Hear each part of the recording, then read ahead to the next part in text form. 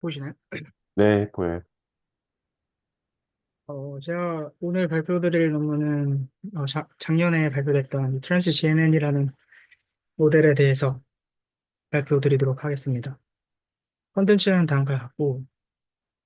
일단 추천 시스템이라고 하는 것 자체가 정보 과부하 문제를 해결하고 사용자에게 맞춤형 컨텐츠를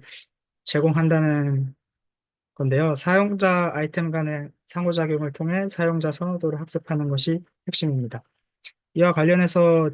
그 콜라보레이트 필터링 기반의 GNN 같은 경우에는 사용자 아이템 간의 관계를 모델링하고 고차원 상호작용 학습을 하고 트랜스포머 같은 경우에는 그런 시퀀스에 대한 정보에 대해서 장기 중속성을 포착하고 시퀀스 데이터에 이러한 정보 집계를 가능케 한다는 특징을 가지고 있는데 실제로 이런 기존 그래프 기반 추천 시스템 같은 경우 이 메시지 전달 메커니즘 자체가 가지고 있는 한계성 때문에 그 엣지 유존성에 의한 편향과 노이즈가 발생을 하게 되고 또 실제로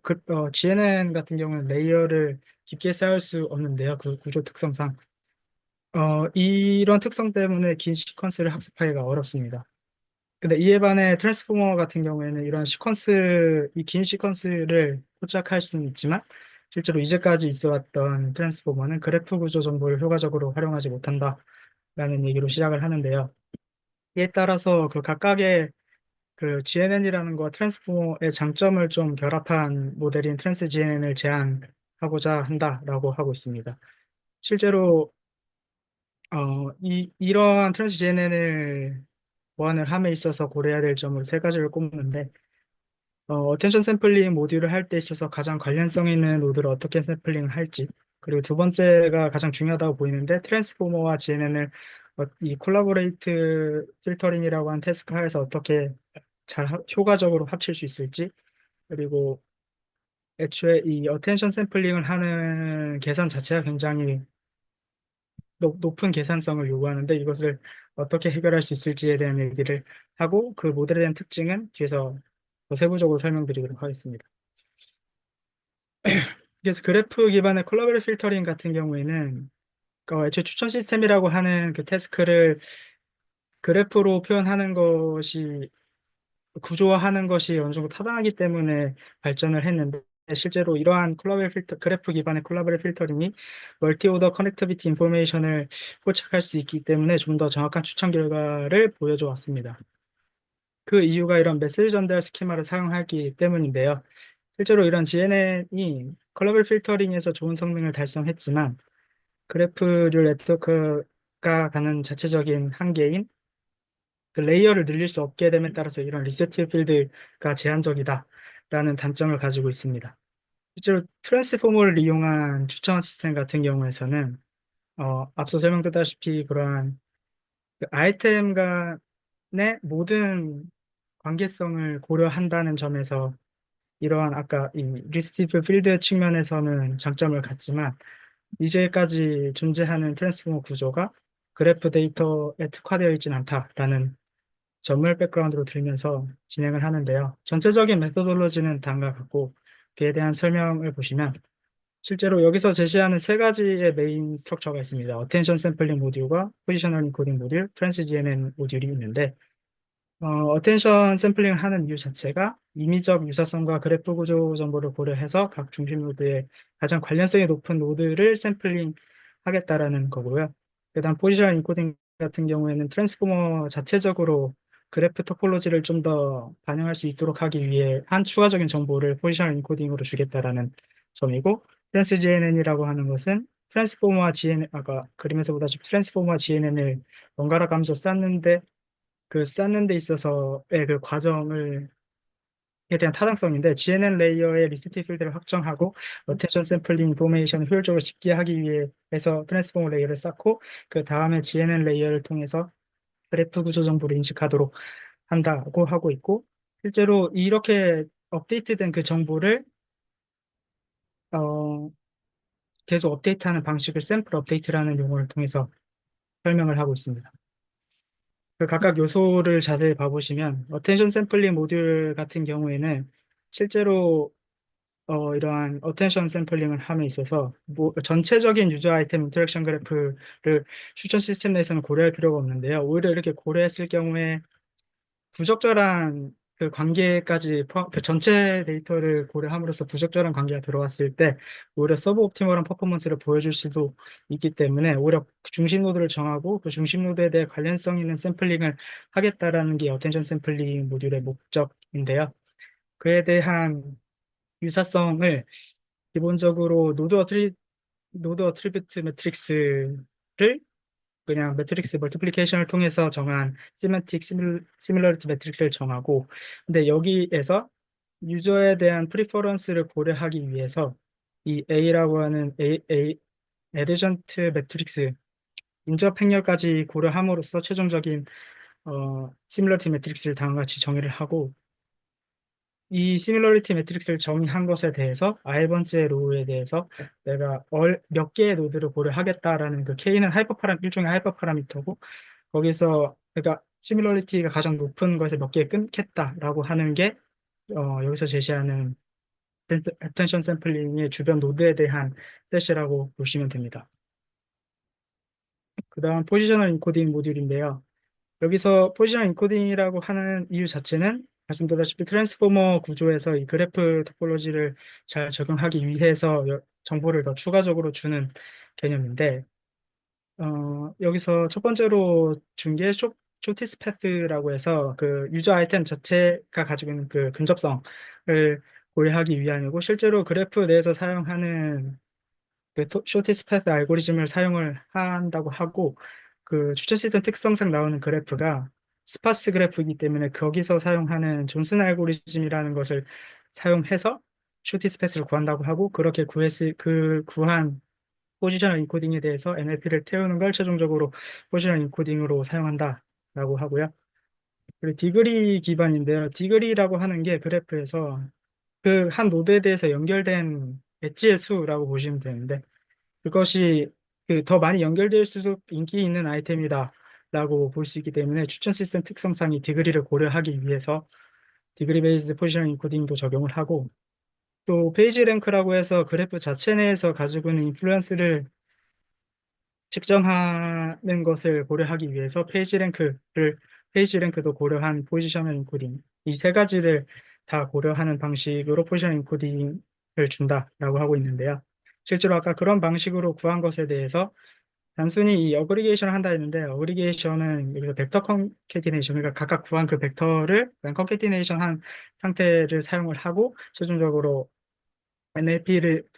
두 개의 층의 NLP를 태워서 최종적인 스테이트로 사용하는 게 그 포지션 인코딩 이 과정까지가 포지션 인코딩이다라고 생각하시면 됩니다. 그 트랜스 GNN에서 적용한 트랜스포머 같은 경우에 트랜스포머 구조에 적합하게 하기 위해서 쿼리와 키 밸류를 다음과 같이 정의하는데 이 H라고 하는 것은 아까 어텐션 샘플링을 통해서 구한 그 각각의 J들을 단순히 컨캐티네이션 하는 매트릭스이고요. 그 다음과 같이 쿼리와 키 밸류를 정의해서 트랜스포머 구조를 사용하고 최종적으로 그 나온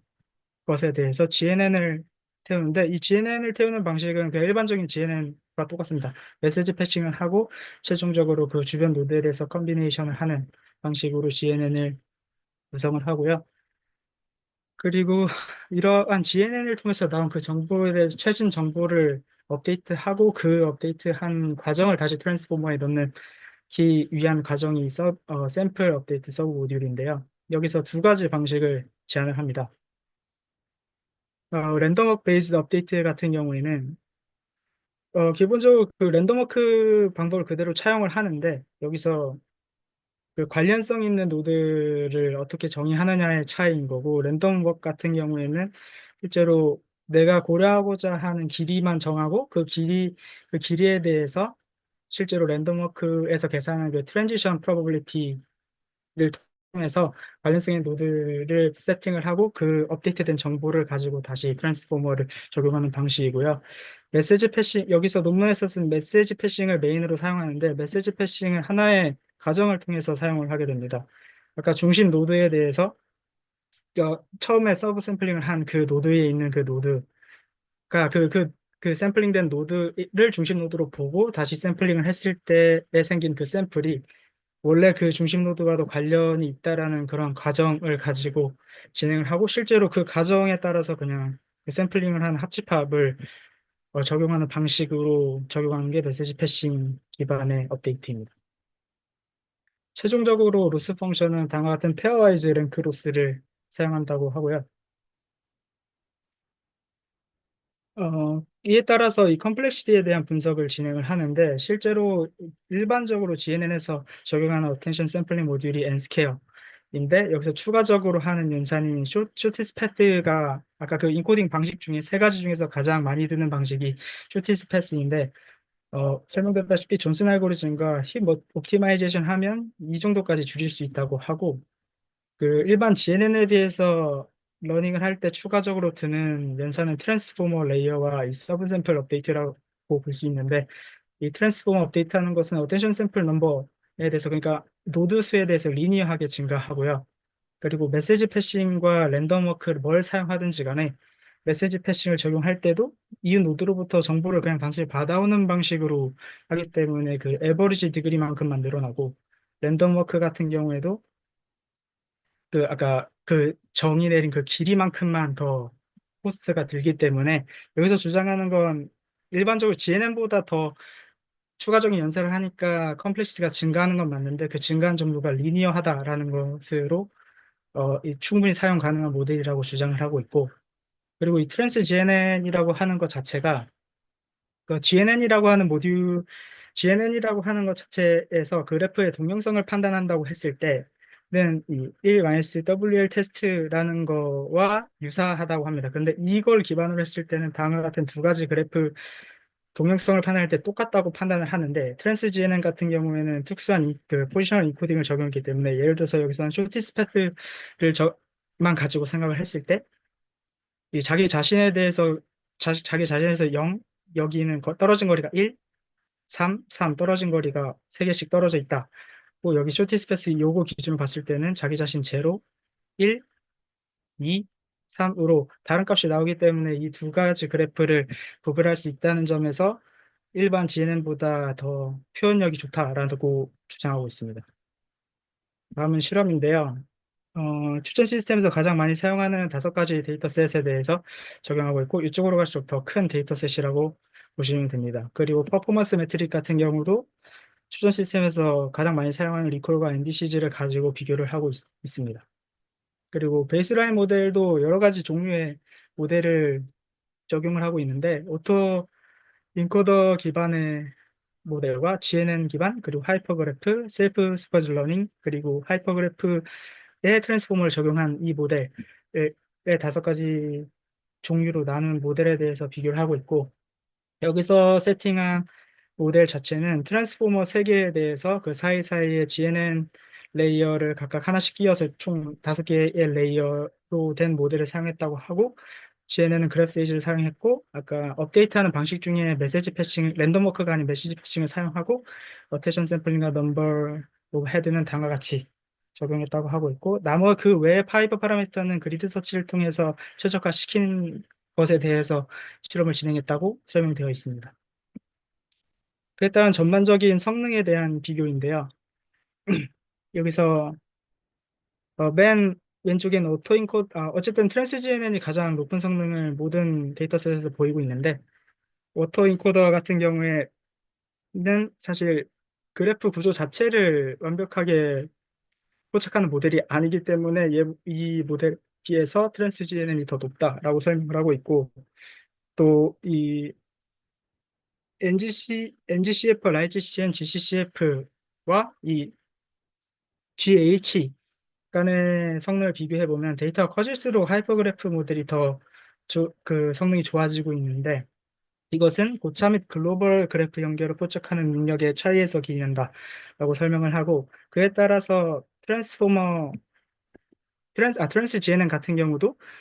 그 아까 설명드렸던 방식을 통해 리세티브 필드를 확장하였기 때문에 좀 더 관련성 있는 노드에 집중할 수 있어서 아까 이런 모델들보다 더 성능이 좋다라고 설명을 하고 있고 셀프 슈퍼바이즈 러닝 같은 경우가 앞선 모델들보다 더 트랜스 GNN에 비해서 낫지만 더 좋은데 이것이 사실 애초에 이런 딥러닝 모델을 학습하는 데 있어서 더 유익한 정규화와 증강학습 덕분에 이런 결과가 나온다라고 얘기를 하고 있고 마지막으로 트랜스 GNN 자체가 아까 서브 샘플링 모듈을 통해서 관련 노드를 필터링 하기도 하고 또 그래프 구조를 적절히 고려하고 있기 때문에 최종적으로 가장 높은 성능을 내고 있다라고 설명을 하고 있습니다. 그리고 어블레이션 스터디에서 각각의 요소에 대해서 전부 다 진행을 해봤는데 어텐션 샘플링 같은 경우에서 보면 아까 말씀드렸다시피 글로벌 어텐션 컨텍스트가 아니라 가장 관련성 있는 노드에 대한 샘플링을 함으로써 더 성능이 좋아졌다라고 평가를 하고 있고 포지셔널 인코딩 같은 경우에도 전체를 뺐을 때에 비해서 다 적용한 거에 대해서 차이가 굉장히 크고 그 각각에 대해서도 해봤을 때 그 원래 전부 다 적용한 것에 비해서 낮다라는 점을 들면서 각각의 포지셔널 인코딩이 정말 필요하다라는 것이 타당하다고 얘기를 하고 있고 그리고 이 어텐션 업데이트가 메시지 패싱이 아니라 랜덤 워크를 했을 때는 그 차이가 엄청 크진 않지만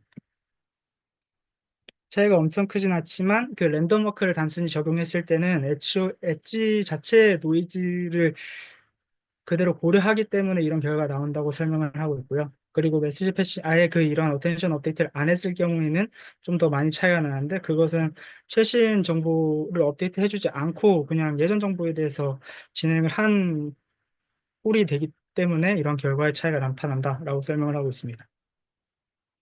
그리고 어텐션 샘플링 같은 경우에도 그 샘플링 사이즈가 클수록 타임은 뭐 증가를 하지만 그에 따라 성능도 증가하고 있다라는 걸 얘기하고 있고 이 B번에 대해서 그래프 크기가 변화할 때 그래프가 확장함에 따라 필요한 샘플 사이즈 자체는 가면 갈수록 줄어들고 있다라고 설명을 하고 있습니다. 그리고 GNN의 층을 늘리는 것에 대해서 조금 더 강건하다라는 걸 보여주는데요. SHT라는 모델 자체는 두 번째 레이에서 최고를 찍고 하향하고 있는 경향을 보여주고 있지만 트랜스 GNN 같은 경우에는 지속적으로 레이어를 늘릴수록 증가하고 있다는 것을 통해 그래프 네트워크의 복잡성을 관리하는 능력이 뛰어난 모델이다라고 설명을 하고 있습니다. 최종적으로 이 컴플렉스의 이피션시를 비교를 하면 SHT랑만 봐도 파라미터 수의 차이는 그렇게 크지 않지만 GPU 메모리적인 거나 플러스에서 좀 이득을 보고 있고 왜냐하면 서브 샘플링을 했기 때문이라고 얘기를 하고 있고 그다음 트레이닝 코스트와 인프런스 코스트에서 조금 손해를 보긴 하지만 결과론적으로 성능은 더 좋게 나오고 있기 때문에 이런 측면에서도 트랜스지엔은 뛰어나다라고 설명을 하고 있습니다. 최종적으로 이 트랜스포머라고 하는 구조랑 GNN을 적절히 합친 모델을 냈다라는 점이고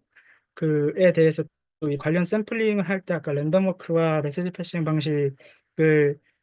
제시하면서 이게 효율적이다라는 걸 실험적으로도 밝히기도 했고 최종적으로 이 모델이 갖고 있는 계산 복잡성이나 그 표현 능력에 대해서도 추가적인 분석을 함으로써 이 트랜스 GNN 모델이 좀 뛰어나다라는 것을 여러 방면에서 증명했다라는 점에서 의의가 있다고 볼 수 있을 것 같습니다.